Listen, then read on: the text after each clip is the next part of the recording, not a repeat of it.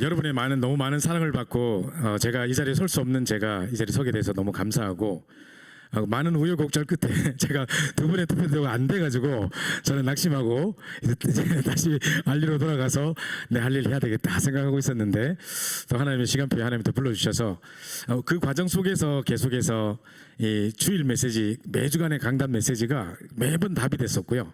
또 하나님께서 오래 기다림 속에서 모든 것을 내려놓게 하시니까 동기와 모든 것들을 내려놓는 시간을 가지다 보니까 하나님 중요한 시간표에 새롭게 이제 불러주신 것 같습니다. 너무 감사를 드리고 그동안 또 기도해 주시고 도와주셨던 많은 분들께 너무 감사를 드립니다. 저는 이제 이전에 계셨던 우리 세 분의 목사님에 비하면 제일 부족하고 연약하고 뭐 실력도 없는 사람입니다. 그러나 일단은 제가 중심으로 섬기고 24 기도하면서 또 현장 사역을 회복해가지고 진짜 미국 땅에 올바른 전도운동 정말 성경적인 전도운동을 회복하는 일에 생을 드리고자 결단하고 왔습니다. 부족하더라도 많이 기도해 주시면 감사하겠고요. 이제 원래는 이제 통역자가 있다고 했는데 지난번에 올 때만 해도 우리 라이언이 있었는데 호세 라이언이 또 샌프란시스코 가고 없다네 또. 그리고 또 우리 여준이는 이제 2주 동안 대학 탐방 때문에 딴 지역에 갔나 봐요. 그래서 2주 동안 아마 통역이 없이 진행이 되는 것 같아요. 그래서 혹시 영어권이라든가 좀 영어가 익숙하신 분들한테 너무 죄송하지만 일단 저희 전체 카톡방에 우리 PPT 한글 영어로 다 올려놨으니까 그거를 참고하시면 감사하겠습니다. 일단 뭐 제가 이제 오늘 제목이 우리 PPT 보여주시고요. 제목이 떠나라라는 제목으로 이제 말씀을 전하려고 하는데요. 아니 안 그래도 숫자가 작은데 뭐하라 뭐 다 와라 해야 되지 떠나라 뭐 어떡하나 뭐 이렇게 생각하시는 분이 계실 것 같은데 그 말이 아니고 우리의 잘못된 불신앙들 또 우리의 잘못된 영적 상태 그리고 잘못된 각인 뿌리 체질을 내서 완전히 떠나라는 새로운 시작을 하기 위해서 많은 말씀 주신 아브라함이 주셨던 말씀들을 그대로 붙잡고자 합니다. 자 그래서 우리 창세기 12장 1절부터 9절까지 말씀을 오늘 읽었고요. 거기 이제 마지막 부분이 제가 이제 우리 교회에 이제 새롭게 응답받을 기도 제목과 함께 우리가 어떤 절대 망대를 세워야 될지 세 가지 절대 망대에 대한 부분들을 좀 말씀드리려고 하는데요. 자, 여러분은 이제 아브라함이라면은 제일 먼저 어떤 생각이 딱 떠오르십니까? 여러분 머리에 아브라함 딱 이름 듣는 순간 어떤 대명사가 딱 떠오르죠? 믿음의 조상, 그죠? 그죠? 아브라함 하면 믿음의 조상 노래도 있어요, 그죠? 아브라함 하면 믿음의 조상 이렇게 모든 사람에게 공통적으로 이렇게 각인이 되어 있습니다. 그런데 실제로 여러분 창세기 12장부터 해서 쭉 읽어보면요, 아브라함이 과연 믿음의 조상이던가요? 완전 불신앙 덩어리예요. 쉽게 말하면 본토 친척 아버지 집을 떠나서 내가 내게 지시한 땅으로 가라 뭐 이랬는데 그럼 그 지시한 땅 가나안 땅 가야 되잖아요. 거기는 적과 꿀이 흐른 땅이라 그랬고 하나님의 약속의 땅 메시아 오실 땅이란 말이에요. 그런데 가보니까 환경과 상황이 기근이 닥쳐 있고 적과 꿀이 흐르기는커녕 풀 한 포기 자라지 못하는 척박한 땅이란 말이에요. 그러니까 이제 아브라함이 그 환경 보고 속아가지고 오늘 9절에 보면 점점 남방으로 내려갔더라 했다가 나중에 10절에는 드디어 국경을 넘어요. 그래가지고 애국까지 가버려요. 그 가가지고 또 자기가 죽을까봐 이 남자가 원전치 못해가지고 자기 아내가 이뻤나 봐요, 사라가. 그러니까 이제 혹시나 이 아내를 취하려고 나를 죽이는 거 아닌가 싶으니까 아내를 누이라고 또 속였어요. 실제로는 이복 누이가 맞아요. 근데 그 당시 때는 이제 한 가족이 이렇게 결혼도 하고 했기 때문에 그게 문제될 건 없는데 이제 그 말 속에는 자기가 살고자 인본주의를 썼던 모습이 보이는 거잖아요, 그죠? 그래서 이제 자기를 아내를 누이라고 속였어요. 그 바로왕이 볼 때는 아무 잘못 없거든. 아내가 이쁜데 누이라 하는데 내가 취하는데 무슨 문제가 있겠나? 그냥 취했단 말이에요. 그러니까 이제 그날 밤에 내가 만약에 하나님이라면 아브라함 꿈에 나타나가지고 뭐 누이라고 제가 막 이랬을 건데 하나님은 아브라함을 책망하지 않으시고 바로왕의 꿈에 나타나가지고 막 뭐라 하십니다. 네가 어떻게 남의 아내를 취하느냐. 그러니까 이제 이 바로왕이 뭐라냐면 난 잘못한 거 없다. 지가 누나라 해가지고 난 진짜 누나인 줄 알았다. 난 잘못한 거 없다. 내일 당장 돌려보낼게 이제 이렇게 하는 겁니다. 자, 그래가지고 큰 재물을 보내면서 돌려보냅니다. 그러니까 이제 이 아브라함이 나오면서 뭐라고 깨달았겠습니까? 와, 실수는 내가 했는데 벌은 제가 받고 이게 언약의 백성이라는 게 이런 거구나. 진짜 하나님의 언약대로 부족한 나를 바꿔서라도 일들을 진행하고 계시는구나 라고 생각했을 겁니다. 자, 그래서 아브라함이 그런 걸 갔다 오면서 조금 믿음이 회복됩니다. 그리고 이제 11조를 들기도 하고 중요한 믿음의 결단을 하기도 하고 이제 족과 롯과의 다툼 이런 속에서도 이제 소돔과 고모라 땅 비옥한 땅을 택하지 않고 진짜 하나님의 언약의 땅을 딱 택하고 이렇게 조금씩 믿음이 자라갑니다. 결국은 창세기 22장에 이삭을 번제로 드리는 그 사건, 모리아산에서 드리는 그 사건을 통해서 하나님께 인정받습니다. 드디어 네가 나를 경외하는 줄 알았도다. 그때 믿음의 조상으로 딱 등극합니다. 자, 그러면요, 결론은 뭐냐?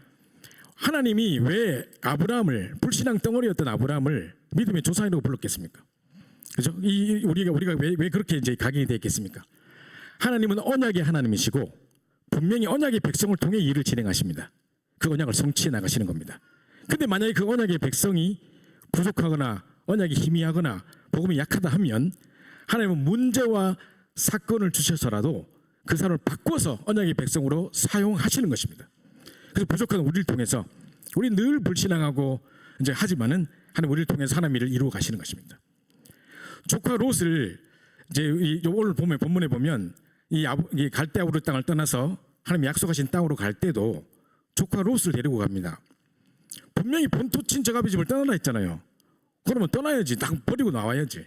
근데 왜 데리고 갑니까? 뭐 형이 미리 죽었으니까 조카가 혼자 살기 좀 그러니까 우리가 챙겨야 되지 않겠냐, 이게 마음이 착한 삼촌입니까? 그게 아닙니다. 분명히 하나님이 자기에게 아들을 주셔서 하늘의 별과 같이 땅의 모래와 같이 자손을 번성케 하시겠다 하셨는데 지금 꼬라지 보니까는 지금 와이프는 지금 75세 넘어가지고 지금 이 경수가 끊어지고 안 될 것 같거든요.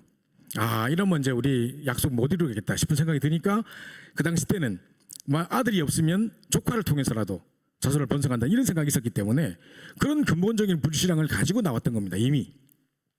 그리고 애굽에 갔다가도 그 언약을 체험하고 자기 언약의 백성인 걸 깨닫고 나왔으면서도 곧 나올 때 또 하갈 들고 나온 거 보세요.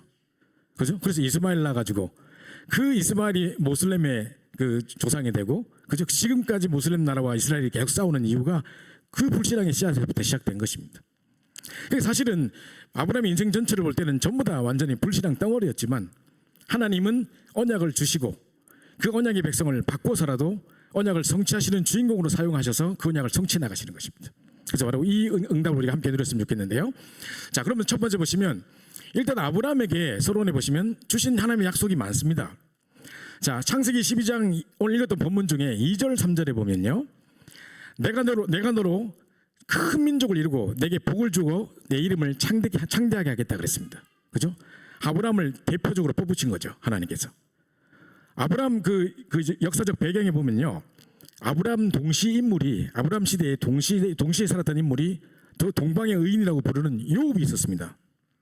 내 같으면 요업을 사용해 가지고 하나님을 경외하는 자요 동방의 의인이라 부르는 요업을 사용해 가지고 이 언약을 전달을 하겠는데 하나님은 그렇게 하지 않으시고 우상숭배 덩어리, 완전히 그 처절한 우상숭배 가운데 있던 그 아브라함을 택하셨습니다. 아브라함의 아버지가요 우상장사였어요. 지금으로 말하면 석수장이처럼 이렇게 우상 만들고 하는 사람 있죠. 그런 가문이에요. 근데 왜 하나님은 그런 동방의 의인을 부르지 않으시고 정말 이 뭡니까, 우상숭배 덩어리 속에 있는 그 비참함 속에 있는 처절함 그 속에 있는 그 아브라함을 부르셨을까요? 그래서 바로 대표적인 축복입니다. 아브라함 혼자 부른 게 아니라 너로 인하여 네 씨로 말미암아, 그다음 뿐만 아니라 천하 만민이 복을 얻고 모든 족속이 복을 얻게 하겠다. 그래서 하나님이 대표적으로 아브라함 부르신 것입니다. 그래서 내가 너로 큰 민족을 이루고 내게 복을 주어 내 이름을 창대하게 하겠다. 대표적인 축복입니다. 그리고 너는 복이 될지라 이렇게 말합니다. 옛날 성경에는 복의 근원이 되겠다 이렇게 돼 있었습니다. Source of blessing이라고 해가지고 복의 근원이라고 돼 있었습니다. 요즘 성경에는 이제 너는 복이 될지라, 그래서 근원적인 축복을 또 약속하신 것입니다. 게다가 3절 4절에 보면요, 너를 축복하는 자에게 내가 복을 내리고 너를 저주하는 자에게 내가 저주하겠다 그랬습니다. 아니, 우리 아이가 만약에 놀이터에서 놀고 있는데 막 깡패 같은 애들이 와가지고 우리 아이를 막 괴롭힌다. 그러면 내가 딱 나가가지고 야, 우리 애 건드리지 마, 우리 애하고 잘 놀면 내가 사탕 줄게, 만약에 와리 건드리면 가만두지 않을 거야, 이거하고 똑같은 겁니다. 그죠? 하나님의 엄청난 보장입니다. 이게 우리를 지키시겠다는 엄청난 보장을 약속하고 계십니다. 불가항력적인 축복입니다. 내가 너를 지키겠다는 약속입니다. 저뿐만 아니라 땅의 모든 족속이 너로 말미암아 복을 얻을 것이다. 시대적인 축복입니다. 그죠? 그리고 너로 말미암아 또는 내 씨로 말미암아 기념비적인 축복으로 우리를 약속하고 계신 것입니다. 우리가 왜 창세기 이야기하면서 늘 유 목사님께서 언약의 5가지 축복이라고 하는 게 바로 이 내용인데, 이런 엄청난 축복의 약속을 받은 사람이 아브라함입니다. 그죠? 자, 그래서 이런 약속들을 받은 사람이고, 또 제가 아까 말씀드렸듯이 잠깐 속아가지고 이제 이 조카 롯을 데리고 내려왔다가 지금 기근이 닥쳐가지고, 아니 젖과 꿀이 흐르는 땅이라며 와보니까 풀 한 폭이 없어. 게다가 기근까지 닥쳐버렸네요. 그러니까 이제 점점 비옥한 땅, 애굽은 상당히 비옥한 땅이었던 것 같아요. 그러니까 밑으로 내려오다가 결국은 국경을 넘었어요. 자, 이러다 보니까 거기 이제 아브라함, 방금 제가 말씀드렸던 것처럼 그 이제 바로 왕과의 그 사건을 통해 가지고 돌아오면서 조금 언약을 깨달았어요. 자, 그러니까 하나님께서 조금 믿음이 회복됐을 때 뭐라고 하냐면, 네가 이제 이 보이는 모든 땅을 내게 주겠다. 그리고 이 자손을 하나의 별과 같이 땅에 모래와 같이 맑게 하겠다고 약속을 주십니다. 항상 이 구약에는 하나님의 언약이 어떻게 드러났냐면 땅과 자손에 대한 축복으로 항상 약속을 하십니다. 우리는 실체 대신 그리스도 언약을 구체적으로 붙잡았지만 그 당시 때는 그림자만 붙잡았습니다. 왜 자손이 중요하냐? 그 메시아, 그 자손을 통해서 후대에 메시아가 오실 것이기 때문입니다. 그리고 그 땅은 왜 중요하냐? 바로 가나안 땅, 메시아 오실 땅, 젖과 꿀이 흐르는 땅이라는 것이 육신적으로 젖과 꿀이 흐른다는 말이 아니라 영적인 엄청난 축복이 임할 땅이라는 것입니다.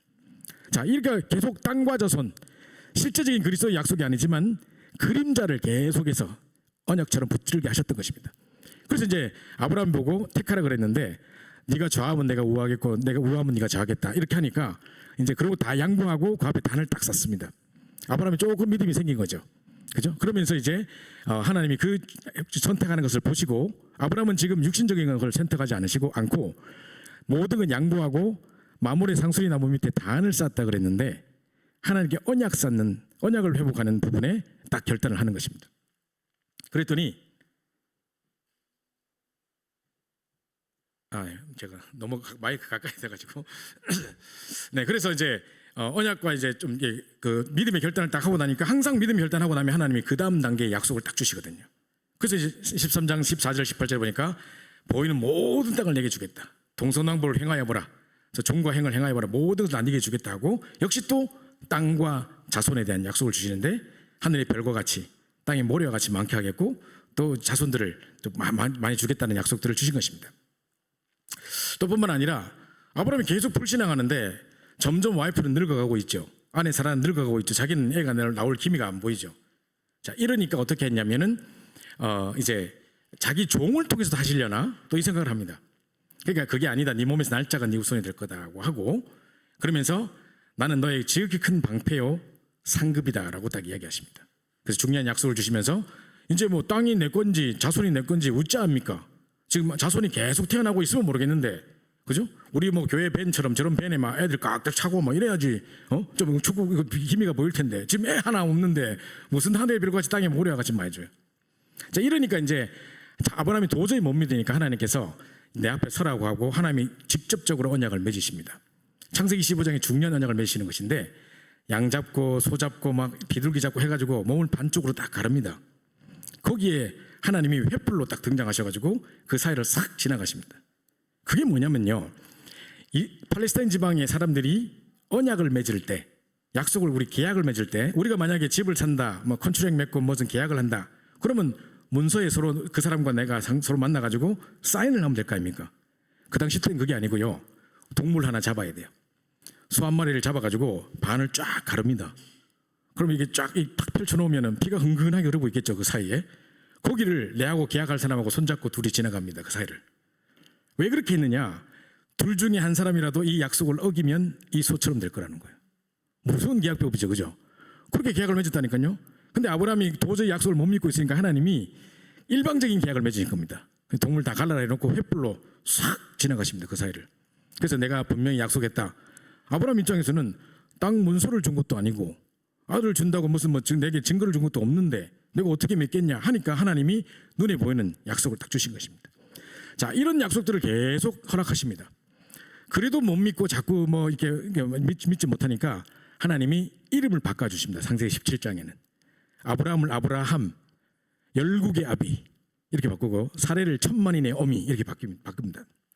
사레를 사라로 부르고 아브라함을 아브라함이라고 부르고, 이렇게 하면서 열국의 아비, 천만인의 어미 이렇게 바꿉니다. 원래 그 당시 사람들은 이름이 자기 언약이에요.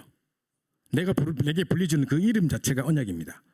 원래 야곱이라는 사람이 야곱, 속이는 자, 사기하는 자 이런 뜻입니다. 근데 나중에 이스라엘 그 무슨 나라 이름이 될 정도로 큰 이름의 축복이 됐지 않습니까? 그 이름 무슨 뜻이냐? 여호와의 사자와 기로와 이긴 자, 하나님의 축복이라는 뜻입니다. 완전히 이름이 바뀌어버렸거든요. 그게 자기 언약이 되는 겁니다. 근데 아브라함에게 이 언약을 딱 주셨어요. 그 동네 사람들 뭐라 하겠습니까? 아이고 뭐 또 애 하나라도 있으면 모르겠는데 애 하나도 없으면서 뭐 멸국의 압이 뭐 천만인의 업이 웃기고 있네 막 이렇게 그렇죠?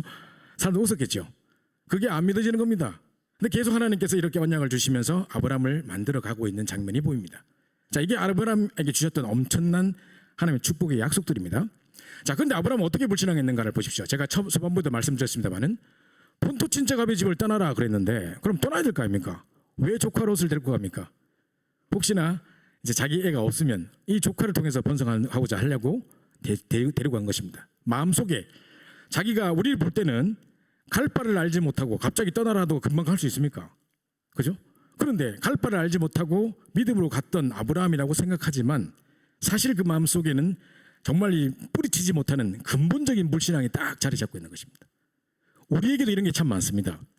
우리가 사모를 하고 기도 수첩하고 무슨 뭐 열심히 뭐 훈련 가고 메시지 잘 듣는 것 같은데 결정적인 순간에 경제 부분에 건강 부분에 딱 우리 자녀 부분에 딱 부닥치면 딱 불신앙하고 있습니다. 그죠? 그런 거 되게 많아요. 하나님께 못 맡긴다는 것입니다. 아브라함도 마치 똑같았습니다. 자, 그때 결국은요 아브라함의 목자와 조카 롯의 목자가 다투기 시작합니다. 하나님은 이 언약을 이게 뭡니까? 불신앙을 근본적인 불신앙을 깨뜨리지 못하고 있으니까 문제를 줘서 다툼을 줘서 분쟁을 줘서라도 이것을 깨버리신 것입니다. 자, 그래서 이제 드디어 갈라질 수밖에 없게 됐고 그때 아브라함의 믿음의 결단을 딱 하게 됩니다. 자, 그러면서 또 보십시오. 분명히 내가 내게 지시하는 땅으로 가라 그랬죠. 그게 가나안 땅입니다. 그죠? 바로 약속의 땅, 가나안 땅, 젖과 꿀이 흐르는 땅이라는 땅입니다. 그런데 하나님은 그 땅에 딱 이제 가니까 하필이면 그 땅에 가니까 기근이 닥쳐 있어요. 만약에 아브라함이 딱 갔는데 거기에 막 풍성하게 열매들이 일어나고 있고 막 풍년이고 막 이러면은 또 이게 속을 수 있을지 모르겠는데 딱 이제 이 하나님의 언약이 흔들릴 수밖에 없도록 환경 자체가 온 땅에 기근이 닥쳐 있어요. 안 그래도 없는 땅에 기근이 닥쳐 있어요. 그래서 아내를 누이로 속이고 또 애국 갔다 오면서 이스마엘을 낳고 하갈 데리고 오고 뭐 이런 일들이 일어나게 되죠. 창세기 15장도 마찬가지입니다. 그죠? 이제 혹시나 이제 아들 안 주시면 이 종을 통해 하시겠습니까? 종 이름을 들먹입니다. 하나님께. 그죠? 내 집에서 길리운 자가 있는데 이 다메섹 엘리에셀을 데리고 가겠습니까? 뭐 이렇게 합니다.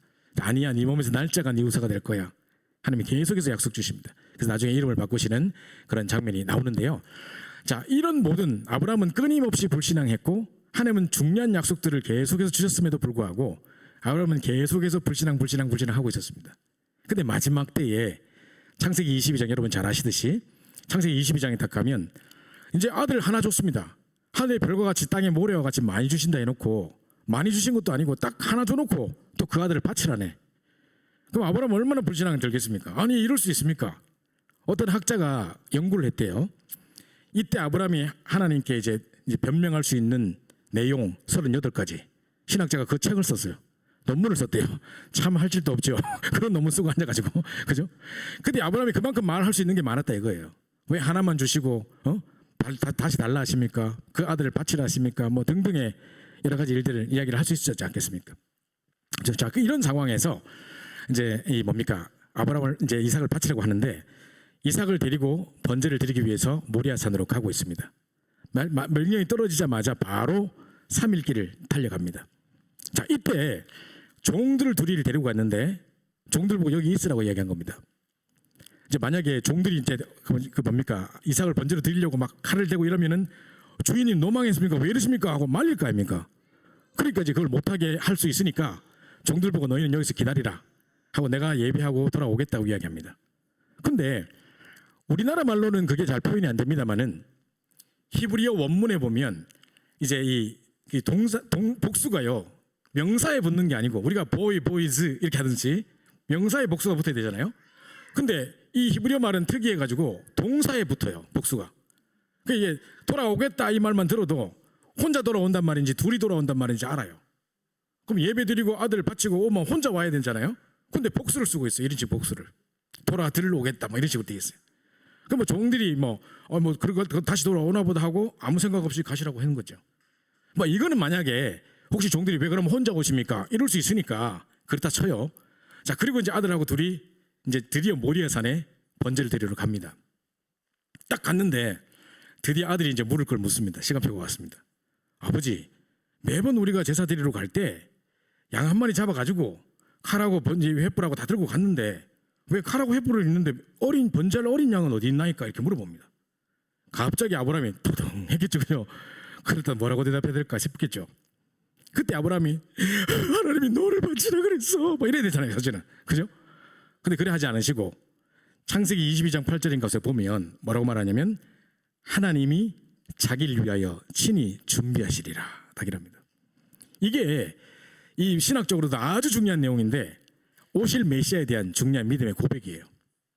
그래가지고 지금 당장 올라가면 이 지금 제사를 드릴 수 있도록 뭐 양이 한 마리 준비되어 있을 거야 매 하고 있을 거야 이 말이 아닙니다. 지금 요 상황을 위기를 모면할 수 있는 뭔가가 준비되어 있을 거다 이 정도의 믿음이 아니고 하나님이 우리 인류의 모든 문제를 해결할 메시아를 보내실 것이라는 믿음의 고백입니다. 자, 그 약을 딱 하니까 이제 이삭이 믿음을 딱 가지고 갑니다. 하나님이 준비하셨다 하니까 딱 갔는데 진짜 아브라함이 죽이려고 합니다. 정말로 사실적으로 믿었던 거예요. 하나님 죽이시면 분명히 이삭을 통해서 후대를 주겠다 하셨으니 그러면 이삭을 죽이면 하나님 살리시겠지라는 당연한 믿음을 갖고 있었던 겁니다. 그래가지고 진짜 죽이려 하니까 하나님이 얼마나 다급하셨던지 아브라함아 아브라함아 두 번 이야기합니다. 그죠? 진짜 죽이려고 그랬다니까요. 히브리서 11장에 보면 믿음의 인물들 쭉 이야기 나오는 중에 아브라함이 그때 아들 이삭을 죽었다가 도로 받은 것이라고 이야기하고 있습니다.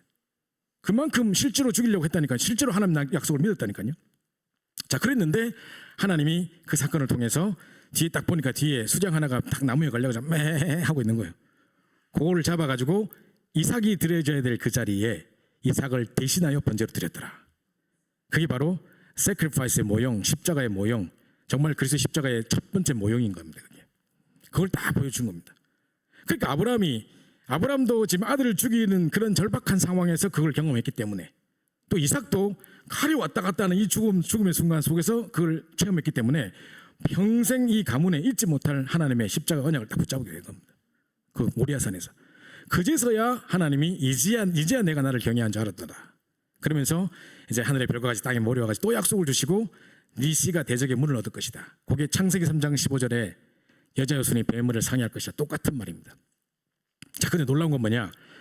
이삭을 번제로 드렸던 드리려고 했던 모리아산 있죠? 그 모리아산이 결국은 그게 신의 산이고 그게 결국 그게 호렙산입니다. 똑같은 이름입니다. 거기에 나중에 온 땅에 기근이 닥쳐가지고 온역이 닥쳐가지고 전염병으로 다 죽어갈 때 이제 다윗이 아라우나 타작마당이라는 곳에서 이렇게 양을 잡고 피를 흘리고 제사를 드리면서 그 땅의 모든 재앙이 그쳤던 그 자리가 바로 또 그 자리입니다. 그리고 나중에 2000년 후 십자가에서 예수님께서 십자가 지셨을 때, 그죠? 거기가 원래요 46년 동안 왜 헤롯 성전 지었던 데 있지 않습니까? 헤롯 왕이 46년에 걸쳐서 성전을 지었잖아요. 그 바로 옆에 그 모리아산 바로 옆에 거기예요. 거기인데 이 성전을 지으려고 하니까 그 당시 뭐 벽돌이 있습니까? 시멘트가 있습니까? 그러니까 이제 그 지역은 완전 돌산이라요. 돌을 갖고 와가지고 막 정으로 깨가지고 평평하게 만들어가지고 이 네모처럼 만들어가지고 쌓아 올려야 되는 거예요. 그러다 보니 한 평평한 땅이 있어야 될 것이고 거기서 계속 깨다 보니까 밑에가 붕붕붕 파이겠죠.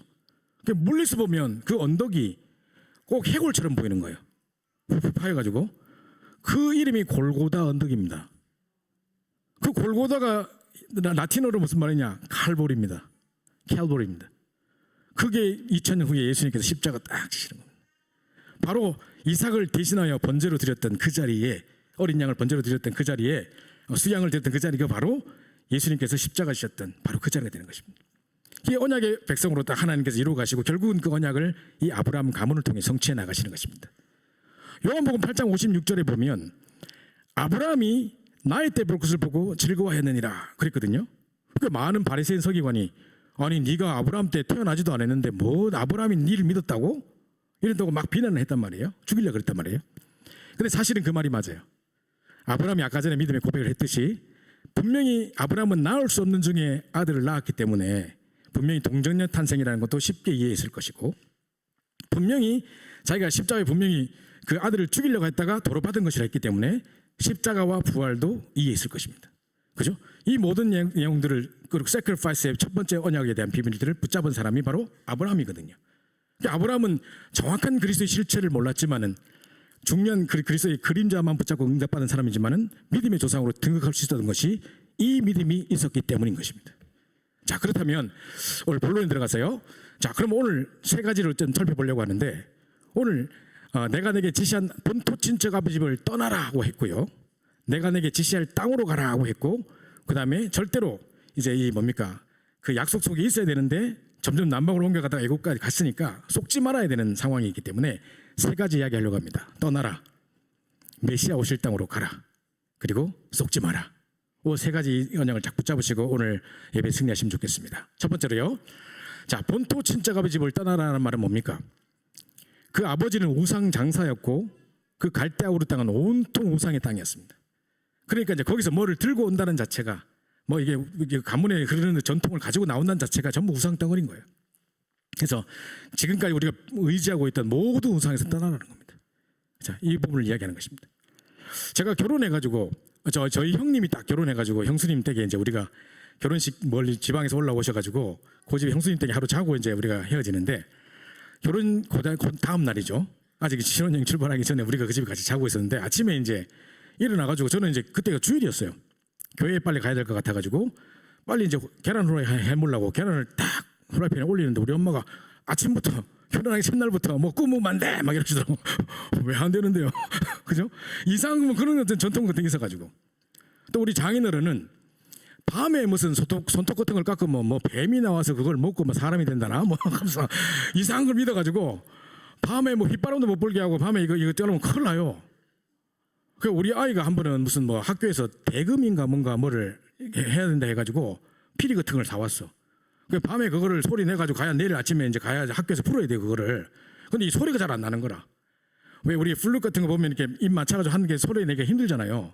그러니까 처음에 보니까 소리가 안 나가지고 하고 있는데 내가 옆에서 휘바람으로 막 휘휘 도와줬지. 이렇게 소리 배라고.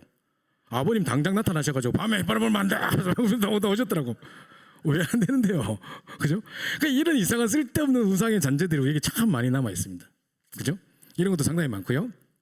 오래된 각인 뿌리 체질. 이번 주에 우리 여호수아 장로님하고 같이 제가 금요 철야 전에 잠깐 만나서 식사하고 또 여기 새로 무슨 땅 이렇게 된 거에 대해서 카운티에서 나와서 했던 거 이야기해 주신다 해가지고 잠깐 만나 뵙고 식사를 같이 했습니다. 근데 이제 여기 동네 보니까 뭐 이게 새롭게 옛날에 왔을 때 제가 처음 여기 교회에 있을 때는 완전 허허벌판이었는데 너무 좋아졌더라고 여기가. 그냥 막 건물도 쫙 짓고. 근데 우리 교회를 딱 들어서는 순간 우리 교회가 옛날에 안 그랬는데 되게 낡아 보이는 거예요. 이 동네 분위기하고 잘 안 맞는 것 같은 느낌이에요. 야, 그 색깔이 좀 이상하네. 옛날에 깨끗했던 것 같은데, 옛날에 멋있었던 것 같은데 이 생각했는데. 그러니까 이제 딱 한 여수아 장로님께서 그래서 우리 뺑기칠 해야 돼 막 대화 내시더라고. 말의 90%가 영어로 쓰시는 분이 갑자기 뺑기칠 그거 어디서 각인된 이야기입니까? 그죠? 옛날에 어릴 때 그 각인됐던 그죠? 어릴 때부터 아마 부모님들이 아마 일본말 쓰시고 우리 할머니도 맨날 그랬고 막 다마 가라라 뭐 스봉 갖고 온나 막 그죠? 덴프라 뭐 하고 그죠? 해결하고요. 그게 딱 각인돼가지고 그죠? 그게 우리 속에 잘못된 오래된 각인 뿌리 체질 많습니다. 단적인 예로 그렇지만 영적인 부분에도 우리가 잘못된 각인이 얼마나 많겠습니까? 그죠? 뿐만 아니라 자 근본적인 영적 문제뿐만 아니라 우리 속에 남들이 볼 때는 전혀 알아차지 못하게 나는 신앙생활을 잘하는 사람처럼 보이는데 근본적으로 갖고 있는 아브람처럼 근본적으로 갖고 있는 불신앙이 딱 있다는 거예요. 그죠? 결정적인 순간에 거기 드러납니다. 선택과 판단의 순간에 딱 드러납니다. 그죠? 자 그래서 이제 이런 부분들에서 과감히 떠나야 되는 것입니다. 이걸 그냥 우리가 떠나겠다고 떠나지는 게 아니라 하나님의 언약을 굳게 붙잡는 순간 이것이 무너지게 되는 것입니다. 자, 그래서 또 많은 사람들이 과거의 상처에 매여 있어요. 그죠? 무슨 과거 이야기만 하면서 눈물 흘리는 사람이 있어요. 그리고 실패의식과 나는 할 수 없다는 한계의식과 이미 거기 딱 잡혀 있다니까요. 그 한계를 넘을 수가 없어요. 그죠? 그러니까 이제 떠나라는 것은 뭘 떠나느냐? 모든 우상의 잔재에서 떠나고 오래된 각인 뿌리 체질을 떠나고 근본적인 영적 문제 우리 속에 뭔가 내가 잘 믿는 것처럼 보이지만 속에 근본적으로 갖고 있는 불신앙 그죠? 과거의 상처와 실패와 한계 이런 모든 부분에서 떠나라는 것입니다. 거기에 매여 있으면 안 됩니다. 그래서 다른 것으로 여기서 우리 스스로 빠져나오려고 노력해도 될 수 없습니다. 그래서 하나님께서 우리에게 언약을 주셨고, 언약이라고 하는 것은 우리 눈에 볼 때는 그죠? 실제로 보이지 않는 것처럼 보이지만 이 뭡니까? 이 병은 영원히 변치 않는 하나님의 말씀이기 때문에 이 말씀 붙잡고 계속 응답받는 중에 모든 불신앙들이 사라지게 됩니다. 그래서 먼저 불신앙에서 떠나라. 우리 지금의 영적 상태에서 떠나라. 근본적인 내 속에 갖고 있는 근본적인 불신앙에서 떠나라는 것입니다. 자, 두 번째로요. 이제 내가 내게 지시할 땅으로 가라고 말씀을 주셨습니다. 자, 그러면은 지시할 땅으로 가라 하지 말고 지시하면 되잖아 지금. 예? 가나안 땅으로 가라든지 뭐 워싱턴 뭐 버지니아로 가라든지 뭐 하시면 될 건데 그래 안 하시고 지시할 땅으로 가라라고 말씀을 하시는 겁니다. 왜 그렇게 하셨을까요? 그래서 이제 어디를 가라 하든지 간에 그 말씀 따라가라는 것입니다. 그죠? 그래서 어디 가라가 중요한 게 아니고 그 메시아 오실 땅, 적과 꿀이 흐르는 땅, 그 땅으로 가라는 것인데, 자, 이 속에는 뭐가 포함됐냐? 자, 엘리야가 낙심해가지고 로뎀 나무 밑에서 죽어갈 때도 엘리야에게 찾아오셔서 하나님 뭘 하셨습니까? 엘리야야, 네가 어찌하여 여기 있느냐? 그게 어디 있는 장소를 말하는 게 아니에요. 네 영적 상태가 왜 이렇게 됐냐? 네 근본 영적 상태 좀 회복해라. 정체성 회복해라. 이 말입니다. 네가 지금 어떤 사람들이 지금 여기 있느냐? 이 말이거든요. 그래서 지시할 땅으로 가라 하는 것은 뭐냐면 우리가 뭐를 하기 이전에 나를 살리는 집중을 통해서 우리가 복의 근원의 축복을 받고 내가 정말 나를 통해 하실 일에 대한 하나님의 정체성을 회복하라는 것입니다. 자, 세 번째로는요. 이제 엄청난 영적 배경을 누리라는 것입니다. 너를 축복한 자에게 내가 축복하고 너를 저주한 자에게 저주하겠다 그랬잖아요. 그죠? 그게 이 엄청난 보장을 등에 업고 이 배경을 누리라는 것입니다. 보좌의 축복을 누리는 것입니다. 그래서 매주 우리가 뭘 따라가느냐? 매주 강단의 말씀 따라갑니다. 프로필 메시지, 그죠? 그리고 매일은 기도처 메시지, 현장의 메시지 따라갑니다. 그리고 모든 문제와 사건 속에서 매번 말씀 속에 답을 찾고 따라갑니다. 요게 내게 지시할 땅으로 가라. 요것만 따라가고 있는데 오늘 와보니까 종착점이 다 도착해 있는 겁니다. 우리가 어디를 갈 때 내비게이션을 딱 키고 갑니다. 제가 여기 와도 지금 옛날에는 길을 많이 알았는데 막 하도 바뀌어가지고 뭐 길을 잘 모르겠어요. 그럼 내비게이션 키고 갑니다. 그럼 뭐 250m 앞에서 우회전 하시오 뭐 이렇게 하잖아요, 그죠? 그럼 딱 해야 됩니다. Make a right turn 뭐 딱 해야 됩니다, 그죠? 그럼 딱 하면 그 다음 게 또 나오고 또 나오잖아요. 마찬가지입니다. 하나님께서 강단을 통해서 영적인 내비게이션 매주 강단의 말씀을 주실 뿐만 아니라 매일매일 현장의 메시지로 우리에게 답을 주시고 문제와 사건으로 말씀하시면서 답을 찾게 하시는 것입니다. 그래서 내가 내게 지시할 땅으로 가라. 요 중심만 딱 갖고 있으면 됩니다. 뭘 어디로 가라가 아니라 여기 가야 됩니까? 저기 가야 됩니까가 아니라 말씀 따라가면 됩니다. 그래서 말씀 따라, 응답 따라, 성령 인도 따라. 저는 항상 그렇게 적용합니다. 말씀 따라, 응답 따라, 성령 인도 따라. 말씀 따라 가고 있다 보면 자꾸 이 부분에 응답이 와요. 그럼 하나님 이쪽에 문을 열어주신가 보다. 그 속에 답이 있다니까요. 그리고 하나님이 여러 가지 사건을 통해서 성령 인도를 하신단 말이죠. 그래서 말씀 따라, 응답 따라, 성령 인도 따라 가면 됩니다. 그러니까 내가 내게 지시할 땅으로 가라. 이 축복을 누리면 되는 것입니다. 자, 마지막 세 번째로요. 속지 말아야 됩니다. 자, 우리는 주로 우리를 속이는 근본 배우고 조종자 사단에게 많이 속습니다. 사단이 가만히 있겠습니까? 우리가 잘 되는 것을 보고 가만히 놔두겠습니까? 계속 속일 수 있기 때문에 사단이 절대 속으면 안 됩니다. 사단의 전략을 이미 알고 우리가 넘어서야 됩니다. 뿐만 아니라 자꾸 사람의 말이라든가 사람에 속습니다. 그죠? 이런 말 저런 말 들으면 그만 그냥 다 무너질 것 같고 미래가 암담하게 느껴지고 뭐 이런 생각이 많습니다. 사람의 말에 속지 마십시오. 그죠? 세 번째는요. 자꾸 환경과 상황이 속을 때가 많습니다. 우리가 환경과 상황에 속을 때가 많은데, 자, 이 그림을 한번 보십시오. 자, 이게요. 하나님은 사랑에 눈이 멀었다라는 책이 있어요. 존 오스본에서 나온 책인데 옛날에 제가 어릴 때 이 책을 봤어요. 근데 여기 보면 갑자기 하나님이 당구장에서 당구 치는 장면이 나와요. 하나님 또 당구장에 또 가시는지도 했는데, 자, 여기 그림 보면 분명히 여기 보면 이제 이 공이 지금 하얀 공이 빨간 공을 맞춰야 돼요. 그러면 지금 여기 있는 노란 공을 하나님이 보내셔가지고 하얀 공이 딱 빨간 공에 딱 맞게 이렇게 해야 된단 말이죠. 그러면 이제 이 노란 공의 입장에 생각해 볼 때는 내가 절로 똑바로 가야 된다고 생각하는 거예요. 그래야 하얀 공을 딱 건드려서 이 빨간 공을 맞출 수 있다고 생각하고 나를 똑바로 보내시겠지 이렇게 생각했는데 하나님 갑자기 벽으로 보내는 거예요. 노란 공을. 그 공이 가면서 이상한데 내 절로 가야 되는데 왜 자꾸 날 일로 보내지? 이렇게 생각한단 말이에요. 근데 하나님의 생각 속에는 이 병 맞고 저 병 맞고 쓰리 쿠션 해가지고 딱 맞추려고 그 둘이 딱 맞추려고 하는 그 계획이 있는 거예요. 그 노란 공이 그걸 깨닫겠습니까? 공이 지가 굴러가면서 그런 걸 느끼겠습니까? 그죠? 그러니까 우리가 똑같습니다. 하나님이 우리를 인도하시는데 우리의 환경과 상황을 쳐다볼 때 이 뭡니까 이게 당구장 테이블에 환경 상황 써 있는 거 보세요. 이 그림 진짜 잘 그린 것 같아요. 그죠? 환경 상황인데 이 환경 때문에 우리가 쏘가요. 하나님이 분명히 나를 이쪽으로 인도하실 거라고 생각했는데 나는 그렇게 기도했는데 하나님 나를 왜 일로 보내시지? 이렇게 생각한단 말이에요. 그죠? 그러면 이제 여러 가지가 막 쏘글 수 있단 말이에요. 자, 근데 여기 갔다가 쓰리 쿠션 해가지고 딱 맞춰서 결국 그때서야 아하 그래서 그랬구나 그때 깨닫는 거죠. 그래서 환경과 상황에 속지 말란 말이 바로 그 말입니다. 그죠? 자, 뿐만 아니라 네 번째로 문제와 사건에 속지 말라는 것입니다. 문제 때문에 우리가 더 기도할 수 있고 문제 때문에 더 우리가 집중할 수 있다면 그게 축복입니다. 사건 때문에 문제가 드러나서 우리가 더 겸손하게 할 수 있다면 그게 축복입니다. 그리고 아브라함의 목자와 롯의 목자가 다투었던 문제, 사건 생각해 보세요. 결국은 아브라함이 근본적으로 절대 깨지 못하는 불신앙을 딱 근본적으로 갖추고 조카 롯을 딱 데리고 와 있었는데 하나님이 그거 깨야 되는데 어떻게 깨겠습니까 그러면? 그러니까 문제를 줘서 결국 다투게 만들어서 분쟁하게 만들어서 나가는 겁니다 서로. 자, 이게 근본적인 불신앙을 제거하는 하나님의 방법입니다. 사람을 선별하는 하나님의 방법입니다. 그러니까 문제와 사건 때문에 우리가 낙심하고 힘들어하고 할 필요 없이 그것이 우리에게 도리어 하나님의 방법으로 우리의 근본적인 불신앙을 제거하시는 하나님의 방법이구나 다 깨달으면 됩니다. 그래서 절대로 속지 마라.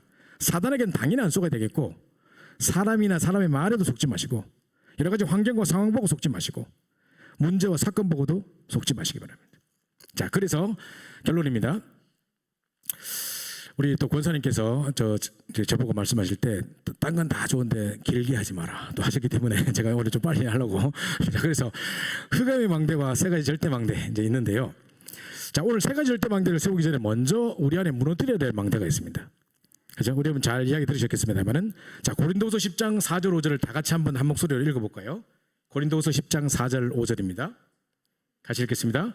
우리의 싸우는 무기는 육신에 속한 것이 아니요 오직 어떤 견고한 진도 무너뜨리는 하나님의 능력이라. 모든 이론을 무너뜨리며 하나님 아는 것을 대적하여 높아진 것을 다 무너뜨리고 모든 생각을 사로잡아 그리스도에게 복종하게 하니. 아멘.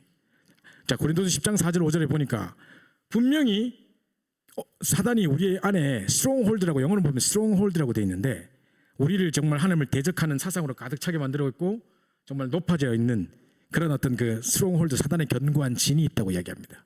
이 망대가 자리 잡고 있다니까요. 이상하게 하나님을 대적하고자 하는 사상들이 딱 있다니까요. 자, 요거를 먼저 무너뜨리는 것입니다. 그래서 우리 안에 있는 흑암의 왕대를 오직 복음으로 계속 복음 듣고 언약 붙잡음으로 우리가 실수하고 넘어지더라도 또 언약 붙잡고 또 일어서고 또 언약 붙잡고 또 언약 붙잡고 또 승리하고 하는 걸 통해 가지고 이 왕대를 확 무너뜨리는 겁니다. 그죠? 자, 그래서 먼저 흑암 망대를 무너뜨리고 이제 세 가지 망대를 세워야 됩니다. 첫 번째로는요. 자, 우리가 777의 기도 뿐만 아니라 나를 살리는 집중, 매일 말씀 붙잡고 집중하는 이런 시간들이 필요한데요. 제가 이제 선교대회도 갔다 오고 이제 5월달에 본격적으로 이제 사역을 시작하게 되면 이제 전 교회가 같이 밤마다 말씀 붙잡고 사모를 하고 전도자의 삶을 회복하고 이런 부분을 좀 회복하려고 합니다. 또 제가 또 감사하게도 10년 동안 그거 하다 왔고요, 한국에서. 그래서 이제 이 부분을 좀 회복해서 우리 안에 항상 깊이 누려야 될 이 든든한 망대, 그죠? 지금 제가 여기 여러분 보시기에 왼쪽에 있는 사진이 제가 지난주에 갔다 왔던 스페인에서 찍은 사진입니다. 스페인의 발렌시아에 가보면요, 요런 성이 8개가 있었습니다. 지금은 다 훼손되고 몇 개 안 남았는데 상당히 견고해 보이죠. 이 성에 보면 위에 이렇게 네모로 똑똑똑똑 볼록볼록 얽혀놓은 게 있습니다. 그 사이사이에 사람 군대가 숨어 있습니다. 그래가지고 옆에 딱 나와서 활 쏘고 또 탁 숨고 이래가지고 계속 이제 지키는 겁니다. 게다가 그 중간에 보면 건물에 자세히 보면 이렇게 세로로 이렇게 줄이 또 이렇게 있어요.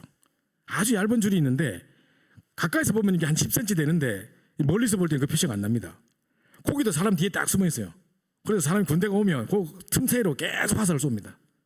게다가 이 뭡니까, 이 대문 안에 딱 들어가면요, 위에 이렇게 무슨 냄비 같은 게 하나 달려 있습니다. 그게 옛날에 그게 달려 있었다는데 그게 뭐냐면은 결국 이 모든 것을 뚫고 들어오는 사람이 있으면 거기에 기름을 끓여가지고 쏟아뿝니다. 완전 튀기 봅니다, 사람을. 그래 결국 못 들어오게 합니다. 그래가지고 이 스페인을 아무도 공격을 못하는 거예요. 그 옆에는 성 주변은 전부 물이었고, 이래가지고 이 견고한 성이 그 성을 지켰던 겁니다. 그 지역을. 그래가지고 스페인이 외부의 침략을 받지 않고 지금도 존재하고 있는 거랍니다. 그리고 이제 그때는 아주 강한 해적이었다고 하는데, 이 견고한 성, 이게 저 망대입니다.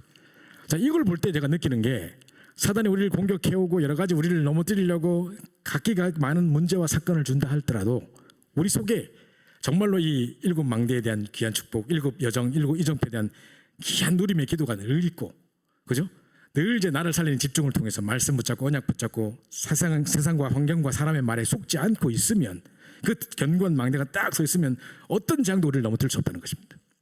이게 먼저 내 안에 딱 세워져야 됩니다. 그래서 많은 것 이전에 우리가 교회를 회복하자, 무슨 전도운동 새로 시작하자, 뭘 여러 가지 뭐 세고 2, 3, 7, 5천 정도 새로 시작하자, 새 뜰을 시작하자 하기 이전에 뭐부터 해야 되겠습니까? 나를 살리는 집중, 이것부터 회복돼야 됩니다. 그래서 그게 그 모든 것의 키입니다. 전도의 계엄도 바로 여기 있습니다.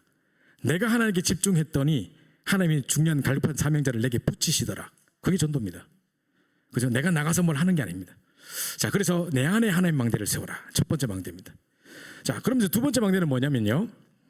이제 우리가 이제 교회와 현장 살리는 망대를 세워야 되는데, 이제 돌아오면, 제가 5월달부터 돌아오면 이제 여러분들의 현장들에 다 제가 한번 신방을 해보려고 합니다.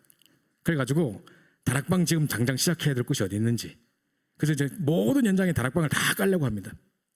그리고 중요한 제자를 세우는 미션홈도 만들고 뭐 이런 운동에서 5 기초를 진짜로 좀 회복해 보겠다는 생각을 가지고 있습니다. 하나님이 저를 여러분 이 교회에서 떠나가지고 한국에 가서 10년 동안 훈련받으면서 5 기초에 대한 훈련들을 많이 훈련할 수 있는 기회를 주셨습니다. 너무 감사하고 그 훈련을 받고 다시 돌아오게 됐기 때문에 분명히 이 교회에 이제 이런 운동을 마음껏 펼치시라는 하나님의 계획인 줄 알고 제가 생명을 걸고 이 사역을 좀 해보려고 하고 있습니다. 그래서 요즘 용서 메시지에 계속 전도 지교에 나오죠. 전도만 하는 지교 12개 세우라 막 그러시잖아요.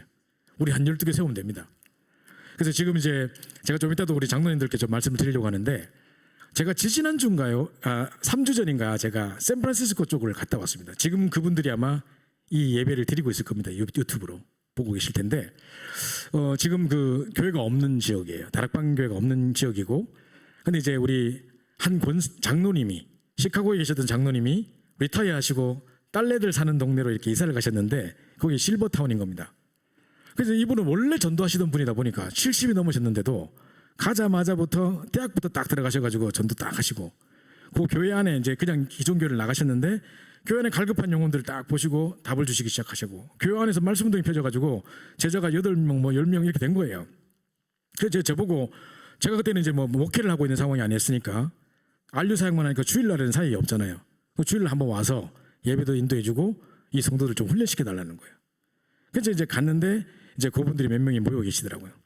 근데 지금 이제 교회가 뭐 여러 가지 깨어지고 뭐 상황이, 목사님도 안 계시고 이런 상황이에요. 그 이분들도 당장 어떻게 인도를 받아야 될지 모르는 상황이 됐어요.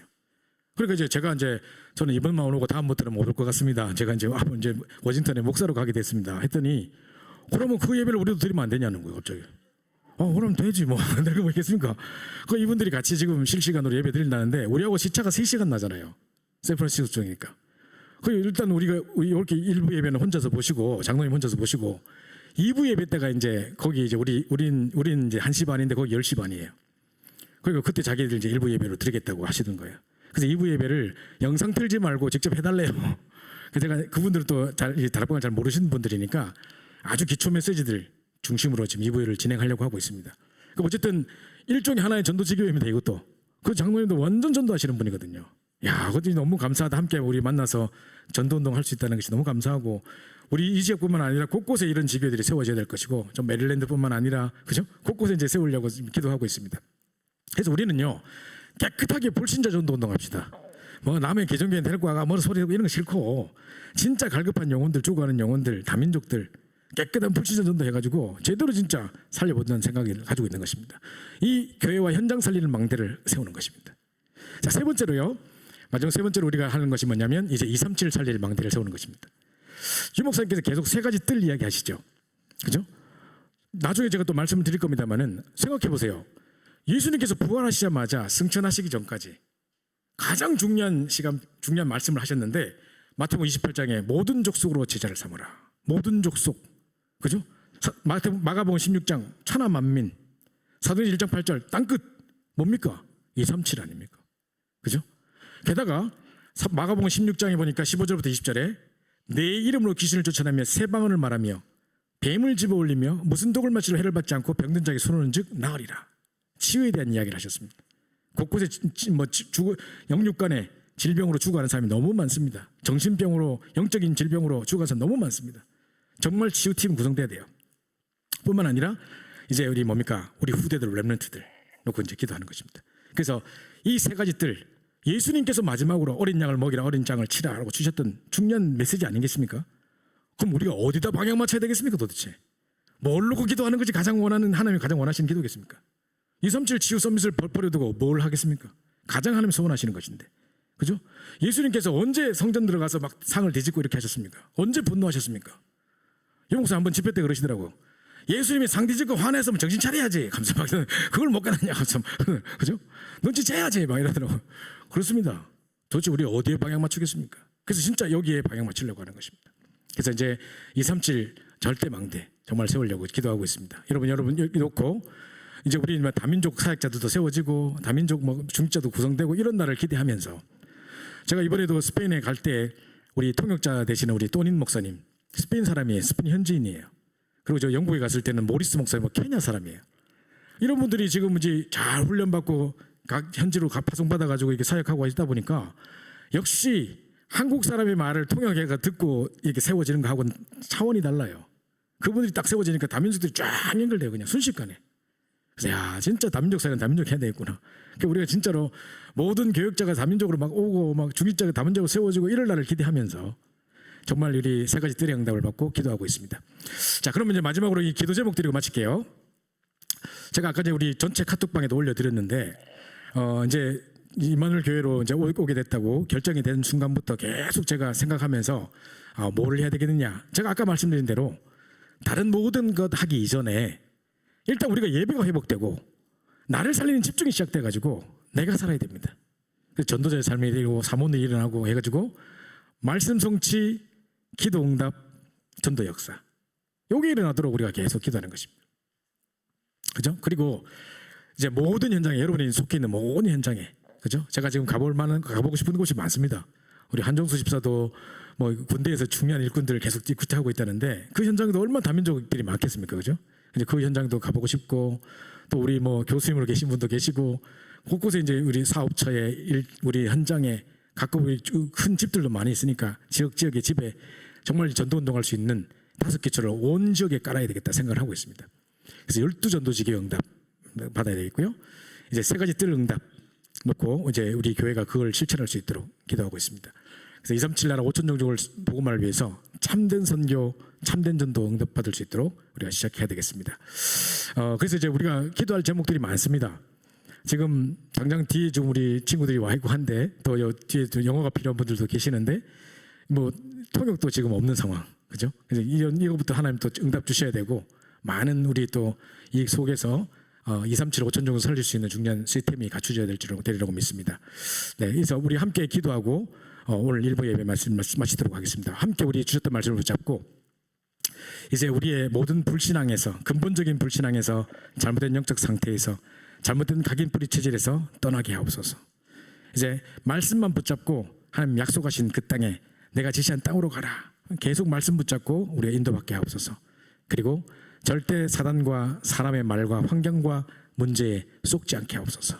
이 3가지 다 붙잡으시고 그래서 우리에게 절대 망대 세워지는 귀한 응답이 이루어질 수 있도록 우리 기도하고 오늘 1부 예배를 마치도록 하겠습니다. 기도하겠습니다. 하나님 감사합니다. 하나님께서 우리를 사랑해 주셔서 오늘 우리 떠나라는 말씀을 통해서 다시 한번 우리가 무엇을 붙잡고 무엇을 놓고 기도해야 될지 중요한 방향을 주심을 감사드립니다. 이제 새로운 시작이 시작되게 도와주시고 우리 모든 현장이 정말 말씀운동, 생명운동, 전도운동 회복되는 중요한 응답이 일어나게 하시고 237 또 치유, 썸밋 응답이 일어날 수 있도록 역사하시고 인도하여 주소서. 이 모든 일 전에 내 자신이 먼저 나를 살리는 집중 속으로 들어가게 도와주시고 내 안에 흔들리지 않는 견고한 망대가 세워지게 하셔서 모든 흑암의 망대가 무너지고 하나님 나라가 임하는 귀한 증거가 있을 수 있도록 역사하시고 인도하여 주옵소서. 방해는 모든 조정함 자리 것을 주의 손을 꺾어지게 하시고 이번 새로운 시작을 통해서 이 오시던 임마누엘가 교회가 237 5천 중 살리는 주역교회가 될 수 있도록 역사하여 주시옵소서. 주께 모든 감사와 찬양을 올리기 원하며 살아계신 주 예수 이름으로 간절히 기도합니다.